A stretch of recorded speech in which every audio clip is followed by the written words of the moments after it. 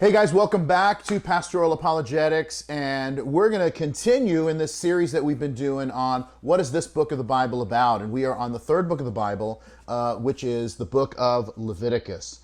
Leviticus is a Latin word that means pertaining to the Levites. It is a book about worship, not just about the Levites worshiping God in the tabernacle, but what does it mean for a person who has been redeemed, like the children of Israel had been redeemed from slavery in Egypt?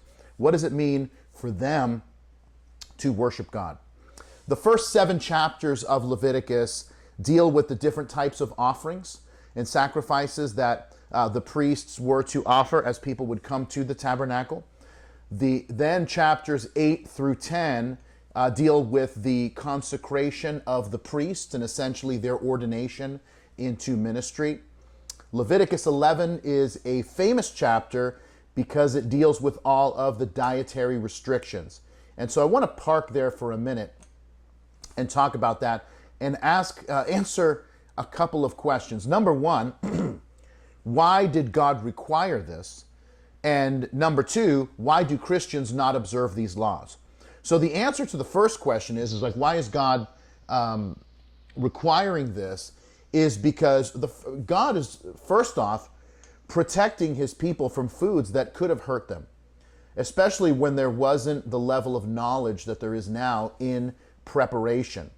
The other issue is, and one rabbi wrote this, that the reason God gave the dietary laws was for no other reason than simply to teach his people self-control. That's why bacon was out, that's why shellfish was out and whatnot.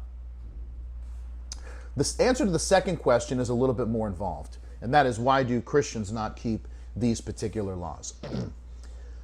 There were 3 types of laws that were given in the Old Testament. There were ceremonial laws, civil laws, and moral laws.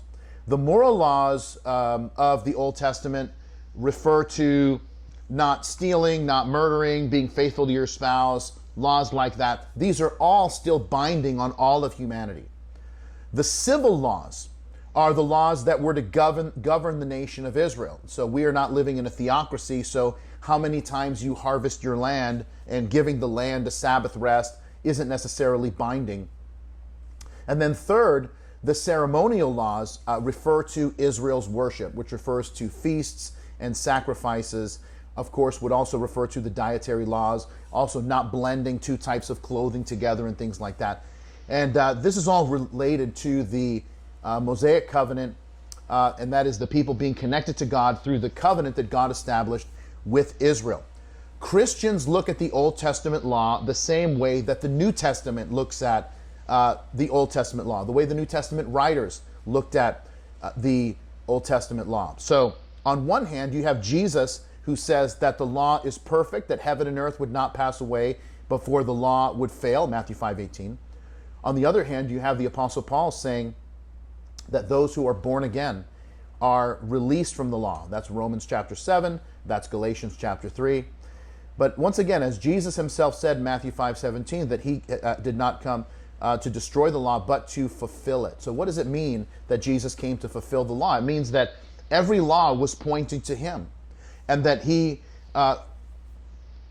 completed everything that they were pointing to. And it means that our connection to God isn't based on our ability to keep the law, but instead the new covenant is Jesus keeping the law perfectly on our behalf, that he fulfilled the law on our behalf, that he is the fulfillment of all these things. And that's what all of these feasts and that's what all of these sacrifices were pointing to. So we don't necessarily have to keep the feasts, although you certainly can if you want to. Nothing sinful about it.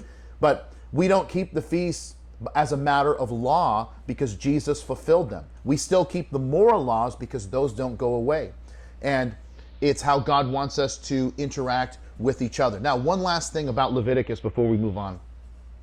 In Leviticus 14, it says this, "And the Lord spoke to Moses, saying, This shall be the law of the leper for the day of his cleansing." I happen to love this verse, and I know it's kind of a weird thing, like, why do you love a verse about leprosy? What I love about this verse, there was no cure for leprosy. Still no cure for leprosy, which now is called Hansen's disease. But even to this day, it hasn't been cured. So what is God doing here? This is the law for the leper in the day of his cleansing. What God is doing here is he's leaving room for him to work. And I just love this, that God is still healing, providing, delivering. Our job isn't to heal people. Our job isn't to deliver people. Our job isn't to save people. Our job is simply to believe and trust and leave room for him to work. So, hope this has been helpful to you. So much in the book of Leviticus that we didn't cover, but once again, just to give you a little overview as to what this book is about. And we'll see you in the next one. Until then, keep reading.